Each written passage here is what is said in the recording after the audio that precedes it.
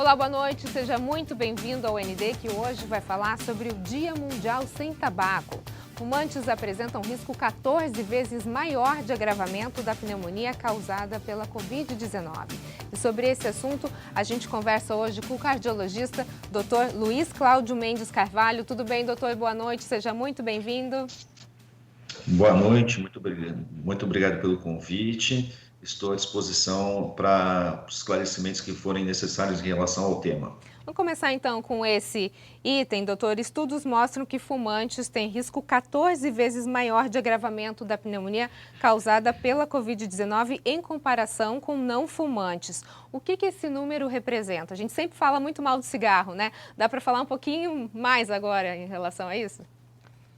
É verdade, né? Esse número ele representa que a população de tabagistas ela é uma população mais suscetível e se encontra no grupo de maior risco para desenvolvimento de patologia causada pelo Covid-19, né? Os fumantes em si, eles são pessoas que cronicamente eles sofrem um processo inflamatório, seja das suas vias aéreas, da sua árvore pulmonar, como no seu organismo como um todo. E isso também faz com que, de alguma forma, o sistema de defesa, o sistema de proteção do tabagista, ele seja enfraquecido em relação à população em geral. Então, por conta desses fatores, de um processo inflamatório crônico e pelo enfraquecimento do sistema imunológico, o tabagista está sempre em maior risco de desenvolver patologias respiratórias e, nesse caso, uma maior gravidade pelo Covid-19. Então, a gente pode dizer que esse risco também ele é muito similar quando a gente falar de gripes ou de uma pneumonia comum. Sim, É na o mesmo realidade, risco. todo tabagista, pelo fato de ter cronicamente um processo inflamatório e ter seu sistema imunológico deprimido, além da sua capacidade respiratória reduzida, isso favorece muito as infecções respiratórias. Agora, é o mesmo risco, doutor? Por exemplo, a gente fala, então, que o tabagista ele tem uma chance maior de contrair pneumonia, de contrair gripe, se for comparado com uma pessoa não fumante. Agora, em relação à Covid-19, a gente está falando que o risco que ele apresenta é de 14 vezes a mais, né? O agravamento da doença é 14 vezes maior. A gente pode dizer que esse número também, esse é o mesmo índice para outras doenças? O risco ele é maior no caso do Covid, porque o Covid-19, né, o coronavírus, ele é mais agressivo e mais letal. E geralmente o paciente que ele é tabagista, ele tem associado outras comorbidades. Então ele pode ter doenças coronarianas, ele pode ter doenças pulmonares obstrutivas crônicas, e isso vai fazer, junto com a agressividade, com a letalidade do Covid, ser mais agressivo. Então, por isso que esse risco ele acaba sendo, logicamente, nessa patologia pelo coronavírus, um pouco maior do que, na realidade, nas outras patologias respiratórias. Mas, em suma, o risco de patologias respiratórias ele é elevado nos tabagistas. Agora, fumantes passivos, aquelas pessoas que convivem com os fumantes, isso também é considerado? Esse número? Sim, porque na realidade não esse número, mas assim, o tabagista passivo é aquela pessoa que ela convive no mesmo ambiente de um tabagismo. Então, o que vai acontecer? Ele vai inalar a fumaça do cigarro. E na fumaça do cigarro é que está inúmeras substâncias tóxicas que vão levar a agressões respiratórias e no pulmão. Então, o tabagista passivo, ele também tem um risco aumentado de desenvolver doenças respiratórias e, nesse caso, também ser mais acometido pelo Covid-19. Agora, doutor, isso não quer dizer que a gente coloque todos os fumantes no grupo de risco?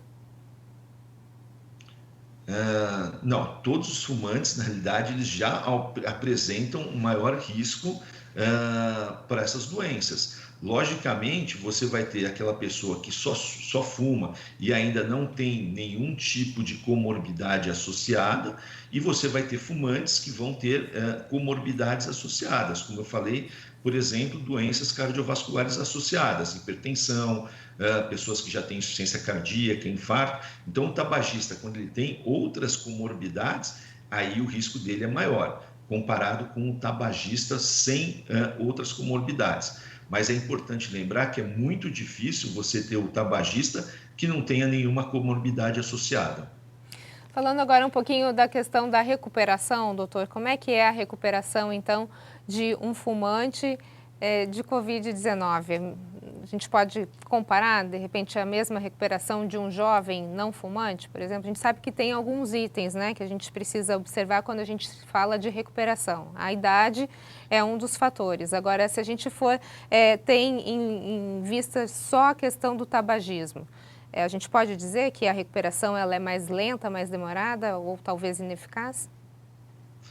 Isso vai depender muito do tipo de agressão que a pessoa teve, porque a gente vai ter, por exemplo, né, pessoas que vão ser acometidas de forma leve, moderada e grave. Logicamente, nos pacientes que têm a forma moderada e grave, o tabagista, por ter uma capacidade pulmonar reduzida, com toda certeza, a sua recuperação pós-Covid-19, ela é uma recuperação mais arrastada e mais lenta. Ele vai precisar de mais fisioterapia respiratória, ele vai precisar de mais cuidados após o restabelecimento da doença. E aí, doutora, a gente está falando de qualquer tipo de tabagista, de fumante, ou aquele que de repente fuma 4, 5, 6 maços de cigarro? Existe um número, algo que a gente possa medir, mensurar? Assim, a pessoa ela colocou, isso é um mito, né? A pessoa que fuma um cigarro ou que ela fuma vários cigarros, ela está exposta ao mesmo risco, né? Então, assim, o que a gente fala, logicamente, que a pessoa que fuma mais tempo, tem uma carga tabágica maior, com o tempo, essa capacidade respiratória dela, o sistema imunológico dela vai ser mais afetado. Então, ela vai ter um pouco maior de risco, sim. Agora, eu sempre falo, a pessoa que fuma um cigarro ou fuma vários, ela já está exposta aos riscos do tabaco. Ok, a gente vai para um rápido intervalo, então, e na sequência a gente fala sobre tabaco e AVC. É só um minutinho, não sai daí, a gente volta já já.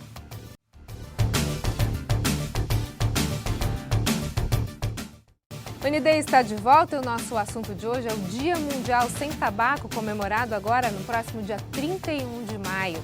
E sobre esse assunto, eu estou conversando aqui com o Dr. Luiz Cláudio Mendes Carvalho, que é cardiologista. A gente falou, doutor, no primeiro bloco sobre a questão da Covid-19 e os fumantes. Eu gostaria de tocar num assunto agora que é a questão do AVC. Normalmente a gente pode dizer que os fumantes correm um risco também maior do AVC, não só da Covid-19? Quando a gente fala em tabagismo, a gente tem que pensar da seguinte forma, né? O tabagismo é a maior causa evitável de doenças de forma isolada.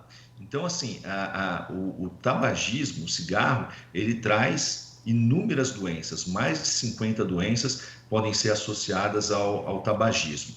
E, logicamente, o tabagismo ele é um dos gatilhos para as doenças cardiovasculares, dentre elas o AVC.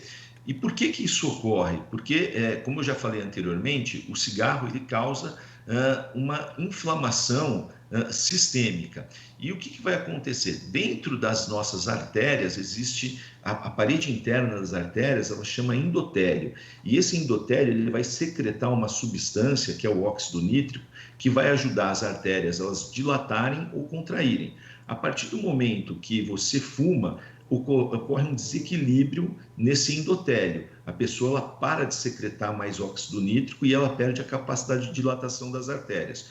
Com isso, né, também com o efeito da hipóxia causada pela fumaça do cigarro, as artérias elas vão ficar mais contraídas e facilitar a deposição de placas de gordura nessas artérias. Com essa deposição de placas de gordura, o sangue ele vai ter mais dificuldade de passar por essas placas, até que há momentos que isso ocorre, pequenos entupimentos e formam coágulos também no local, levando ao AVC. Por isso, o tabagista também ele tem um risco maior de desenvolver AVC.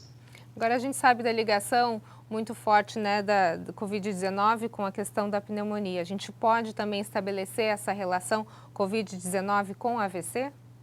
Não. Também. O que acontece é que assim, o Covid-19 ele é uma síndrome complexa e que tem um componente inflamatório e vascular muito importante. Então, se a gente pensar na inflamação dos vasos cerebrais, isso foi visto em pacientes mais jovens com Covid tendo mais AVC, e era esperado você ter até mais em idosos, e foi por quê? Porque por conta desse processo inteiro inflamatório, associado a um fator que favorecia a formação de trombos no interior dos vasos, fez com que essa população ela também tivesse mais AVC. Então, a correlação tabagismo e AVC e COVID, ela também é verdadeira. A gente falou de Covid, AVC, vamos falar um pouquinho agora de câncer e tabaco. Conforme o INCAR, o câncer de pulmão é o segundo mais comum em homens e mulheres no Brasil, sem contar com câncer de pele. Além disso, é o primeiro em todo o mundo desde 1985, tanto em incidência quanto em mortalidade. O que exatamente esses números representam? Isso representa que a gente tem uma outra pandemia, né? Que é inúmeros casos de pessoas que são acometidas anualmente pelo câncer de pulmão e suas consequências. Então, essas consequências, elas têm, logicamente, pessoas que morrem anualmente em decorrência do câncer de pulmão, pessoas que são afastadas do seu trabalho por conta do câncer de pulmão, e pessoas, na realidade, que vão gradativamente perder a sua qualidade de vida. E isso vai ter um impacto significativo no sistema de saúde, né? Com impactos econômicos e financeiros. Então, na minha forma de responder essa sua questão, é que isso representa uma pandemia que muitas vezes as pessoas não estão atentas a isso. E a gente pode dizer, então, que 85% dos casos de câncer de pulmão são ocasionados pelo tabaco? Sim, isso é uma estatística. Logicamente, existem causas genéticas, causas ocupacionais, causas ligadas à poluição, que podem levar as pessoas também a desenvolver o câncer de pulmão. Mas a maior parte dos cânceres de pulmão, eles são ocasionadas pelo uso do tabaco, principalmente pela inalação da fumaça do tabaco, que ela tem mais de 7.000 componentes químicos, sendo que mais de 60 são cancerígenos. E aí a gente entra também na questão do fumante passivo, nesse aspecto, doutor? Também, na realidade, o fumante passivo, ele também está exposto, que nem eu falei, você tem o cigarro, se a gente for pensar, você tem a parte particulada e a parte que é gasosa, que é a fumaça. Tanto na parte particulada tem inúmeras substâncias cancerígenas, quanto na parte inalada. Então, a partir do momento que você vive num ambiente com uma pessoa que fuma, você está inalando aquela fumaça e você está exposto praticamente aos mesmos riscos que um tabagista. Incidência maior em homens ou mulheres? O homem, na realidade, ele tem mais câncer de pulmão do que a mulher. Primeiro, porque o homem fuma mais do que a mulher.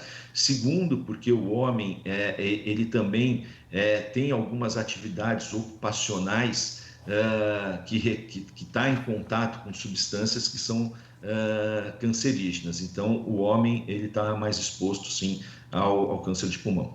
Agora, o senhor, enquanto cardiologista, como é que poderia explicar o quanto o cigarro afeta o coração?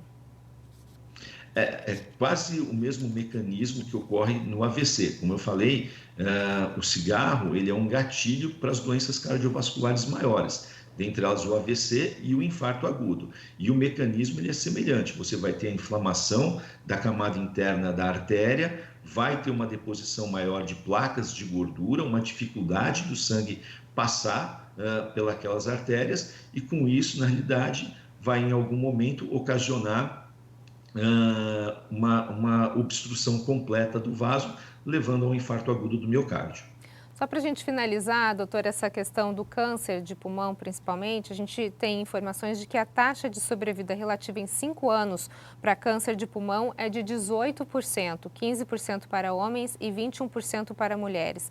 Será que as pessoas têm noção disso, quando a gente fala, às vezes é tão corriqueiro se falar de cigarro, né? Todo mundo sabe que afeta a saúde, mas às vezes não se dá tanta importância para isso. Será que as pessoas têm dimensão desses números? Eu acho que a grande parte da população ela não tem dimensão desses números.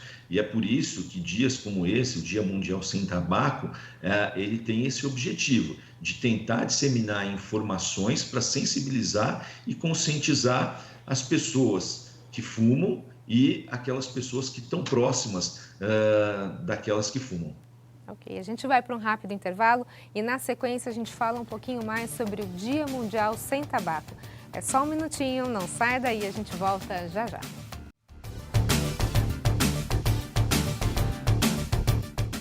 O ND está de volta e o nosso assunto de hoje é o Dia Mundial Sem Tabaco. E sobre esse assunto eu converso com o Dr. Luiz Cláudio Mendes Carvalho, cardiologista.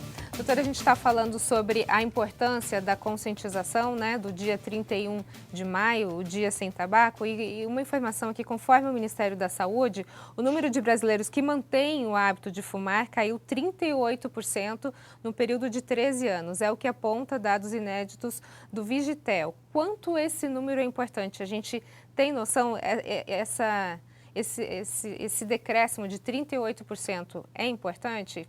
Ou ainda falta muito para a gente chegar? Não, ele é muito importante, visto que é aquilo que eu falei. Você vai ter milhares de vidas salvas, porque as pessoas não vão desenvolver as doenças decorrentes do tabagismo. Você vai ter um aumento na produtividade no trabalho, porque menos pessoas vão faltar no trabalho. Você vai ter menos ocupação de leitos hospitalares. E, logicamente, isso tudo leva a uma consequência financeira. Você vai ter um ganho econômico e um ganho de produtividade em relação a isso. Então, esse número ele é bastante expressivo e fala muito dessas políticas que têm sido feitas no sentido de fazer com que as pessoas deixem de fumar. Agora, doutora, a gente já falou dos perigos do cigarro, né? Tudo que ele ocasiona. Agora, quem entra no vício sabe o quanto é difícil sair. Que dicas o senhor daria, então? Como abandonar o vício, o hábito de fumar? Eu acho que em relação para abandonar o vício e o hábito de fumar, primeiro a pessoa ela tem que ter vontade, né? Porque isso é um hábito. Então as pessoas às vezes elas conhecem todos os riscos daquele hábito, mas elas negam e não querem parar. Então você tem que ter, logicamente, estratégias de sensibilização e conscientização desses tabagistas para que eles pelo menos pensem em parar de fumar. Chegou nesse passo que eles vão pensar em parar de fumar, é necessário que eles tenham uma ajuda multidisciplinar. E essa ajuda multidisciplinar, ela tem que ser com médico, ela tem que ser com psicólogo, com educador físico e com nutricionista.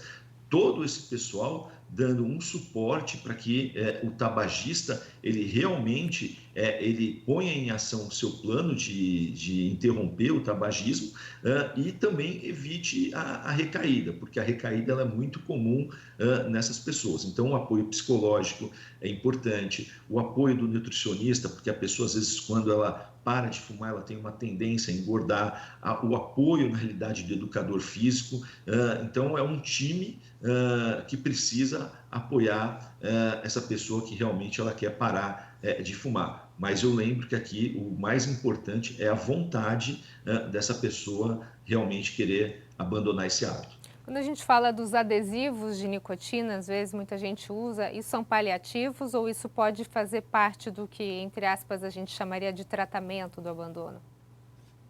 Isso faz parte, a gente tem algumas estratégias farmacológicas que a gente pode utilizar no decorrer do tratamento e o adesivo é uma delas, por isso que o acompanhamento médico e individualizado ele é fundamental nesses casos de pessoas que querem realmente abandonar o hábito do tabagismo.